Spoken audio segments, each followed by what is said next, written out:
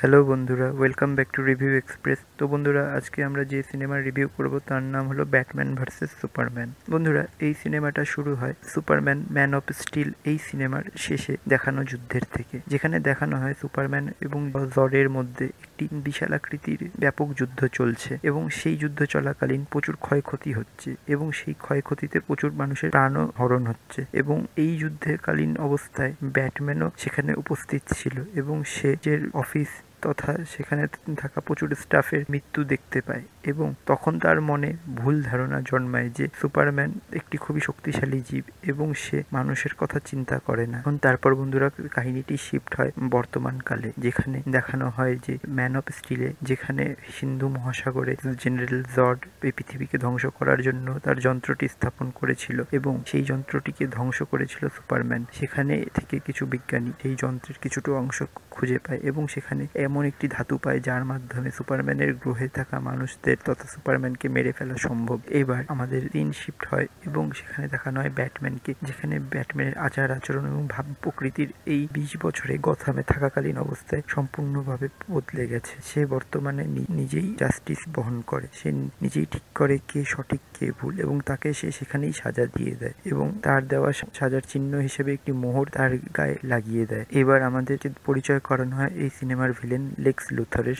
সে তাদের শহরে থাকা কিছু সরকারি কর্মচারীকে এটা বুঝায় যে সুপারম্যান আমাদের পৃথিবীর পক্ষে একটি খুবই ক্ষতিকর প্রাণী এবং সে যাতে পরবর্তীতে কোনো রকমের ক্ষতি করতে না পারে আমাদের, সে কারণে আমাদের কিছু পরিমাণ অস্ত্র তৈরি করে রাখা উচিত এবং সেই অস্ত্র বানানো সম্ভব সেই সিন্ধু মহাসাগরে পাওয়া সেই ধাতুর দ্বারা এবং তাকে যদি তারা সেই ধাতুটি আনতে সাহায্য করে তবে সে সেই অস্ত্রগুলি খুব সহজেই বানাতে পারবে। সেখানে থাকা সরকারি কর্মচারীরা তাকে এটা জানায় যে তারা এই ব্যাপারে আলোচনা করবে, কিন্তু পরবর্তীতে লেক্স লুথার সেখানের কিছু কর্মচারীকে টাকা খাইয়ে সেটি নিজে সংগ্রহ করে ফেলে, সঙ্গে জেনারেল জর্ডের শরীরটিকেও সে সংগ্রহ করে ফেলে। এবার আমাদের সিন শিফট হয় এবং দেখানো হয় সাউথ আফ্রিকা, যেখানে দেখানো হয় লুইস লেনকে, যিনি কিছু টেররিস্ট ইন্টারভিউ নিতে গেছেন, কিন্তু সেখানে তার সঙ্গে যে সহকারী থাকে ক্যামেরাম্যান, তার ক্যামেরার মধ্যে কি ট্রান্সমিটার থাকে। প্রকৃতপক্ষে সেই সহকারী একজন সিআইএ অফিসার ছিল এবং তা জানতে পেরে তারা সেখানেই তাকে মেরে দেয় এবং লুইসকে মারতে গেলে সেখানে সুপারম্যান এসে পৌঁছে এবং তাকে কোনো মতে রক্ষা করে। এবার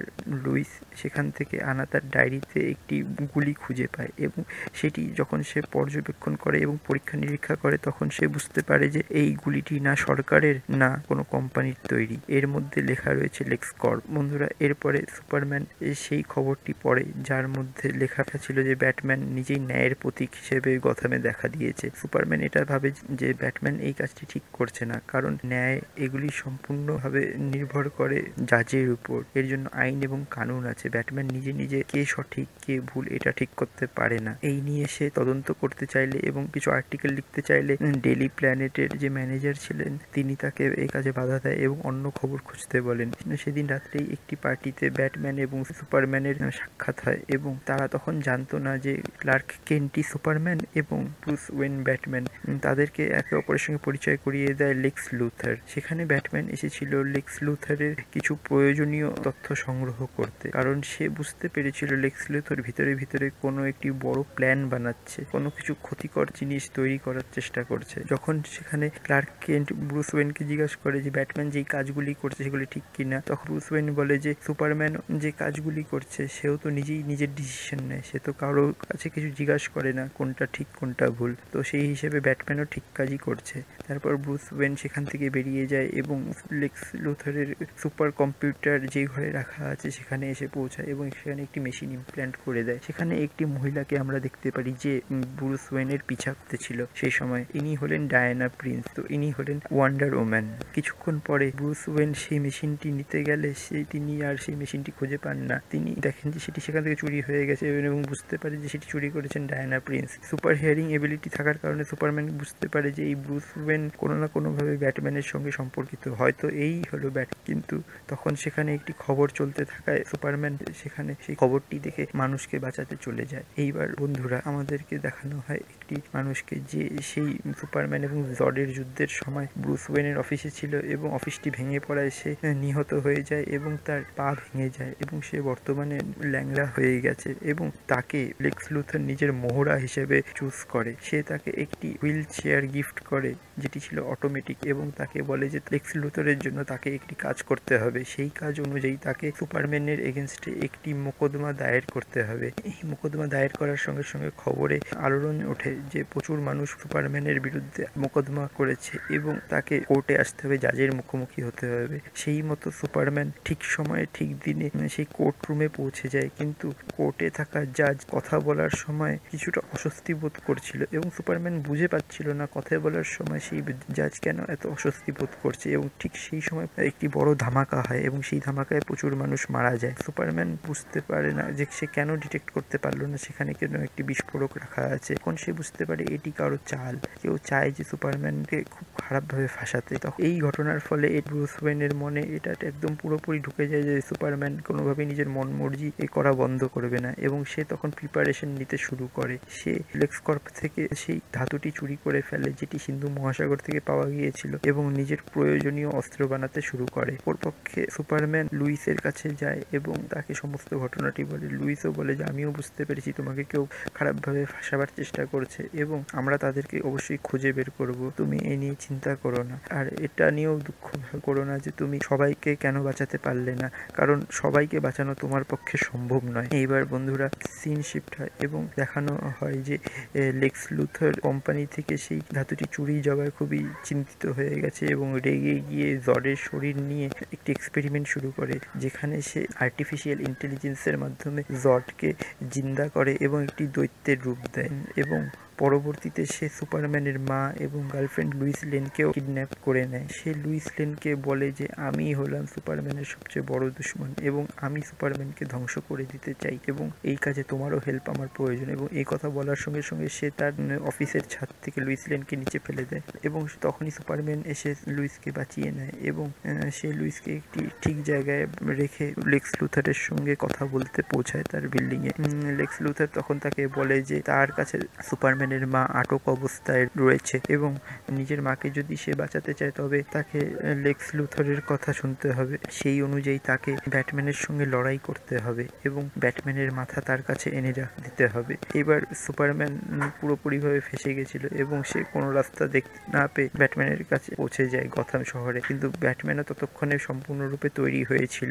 সুপারম্যান প্রচণ্ডভাবে তাকে বোঝানোর চেষ্টা করে, কিন্তু ব্যাটম্যান কিছু বোঝার আগেই তার উপর হামলা চালিয়ে দেয় এবং এর ফলে শুরু হয় ব্যাটম্যান এবং সুপারম্যানের মধ্যে একটি অসম্ভব যুদ্ধ। কিন্তু যখনই ব্যাটম্যান সেই ধাতু দিয়ে তৈরি এক বুলেট সুপারম্যানের দিকে ছুড়ে মারে, তখন সুপারম্যান তার সমস্ত সুপার শক্তি হারিয়ে ফেলে এবং তাকে ব্যাটম্যান খুবই খারাপভাবে পেটাতে শুরু করে এবং শেষে যখন তার সেই ধাতু দিয়ে তৈরি করা ট্রাইডেন্ট দিয়ে সুপারম্যানকে আঘাত করে মেরে ফেলতে চায়, তখন সেখানে লুইস পৌঁছে যায় এবং সুপারম্যানও ক্লান্ত বিপর্যস্ত অবস্থায় বলে সেভ মার্থা। এখানে সেভ মার্থা বলতে এটা বোঝানো হচ্ছে যে সুপারম্যানের মার নাম ছিল মার্থা কেন্ট। সুপারম্যান তার মাকে বাঁচাবার কথা বলতেছিল ব্যাটম্যানকে এবং ব্যাটম্যান এটা শুনে থেমে যায়, কারণ ব্যাটম্যানেরও মায়ের নাম ছিল মার্থা এবং ছোটবেলায় যখন একটি চোর ব্যাটম্যানের চোখের সামনে তার বাবা আর মাকে মেরে ফেলেছিল চুরি করতে গিয়ে ভুলবশত, তখন শেষ কথা যেটি বলেছিল ব্যাটম্যান সেটি ছিল মার্থা। এটি শুনে ব্যাটম্যান ইমোশনাল হয়ে পড়ে এবং সুপারম্যানকে বলে তুমি কেন এই কথাটি বললে। তখন সুপারম্যান ব্যাটম্যানকে সম্পূর্ণরূপে কথাটি বুঝিয়ে বলে যে তার মায়ের নাম মার্থা এবং তাকে লেক্স লুথরের লোকেরা কিডন্যাপ করে রেখেছে এবং সেই কারণে সে এখানে এসেছিল ব্যাটম্যানকে বোঝাতে এবং সুপারম্যানকে মেরে দিলেও সুপারম্যানের কিছু যায় আসে না, কিন্তু তার মাকে সে যেন বাঁচিয়ে নেয় কোনো মতে। আর সেই সময় লুইস তাদেরকে খবর দেয় যে মেট্রোপলিস শহরে একটি বিশালাকার দৈত্য দেখা দিয়েছে এবং ব্যাটম্যান আর সুপারম্যান এটা ঠিক করে যে তখন ব্যাটম্যান যাবে মার্থাকে বাঁচাতে এবং সুপারম্যান যাবে সেই দৈত্যের সঙ্গে লড়াই করতে। সেই মতো সুপারম্যান চলে যায় মেট্রোপলিসে সেই দৈত্যের সঙ্গে লড়াই করতে এবং অপরপক্ষে ব্যাটম্যান চলে যায় সুপারম্যানের মাকে বাঁচাতে। এখানে অনেক যুদ্ধে লড়াই করার পর ব্যাটম্যান তার মাকে বাঁচিয়ে ফেলে, কিন্তু শহরে ফিরে দেখে সেই বিশালাকার দৈত্যকে এবং সেই বিশালাকার দৈত্য সুপারম্যানের উপর খুব খারাপভাবে আক্রমণ করছিল এবং সুপারম্যানকে সঙ্গে সেই দৈত্যের খুব ভয়ঙ্কর যুদ্ধ হচ্ছিল। যখনই সেই দৈত্যটি ব্যাটম্যানকে দেখতে পায়, ব্যাটম্যানের উপরে সেই দৈত্যটি আবার আক্রমণ করে ফেলে। সেই অবস্থায় ব্যাটম্যানকে সেই দৈত্যটি মেরেই ফেলেছিল। এমন অবস্থায় সেখানে এন্ট্রি হয় ওয়ান্ডার ওম্যানের, এবং ওয়ান্ডার ওম্যান কোনোভাবে ব্যাটম্যানকে সেখানে বাঁচিয়ে ফেলে। তখন তারা তিনজনে মিলে সেই দৈত্যের মুখোমুখি হবে বলে ঠিক করে, এবং এই দৈত্যের সম্পর্কে তথ্য সংগ্রহ করতে চাইলে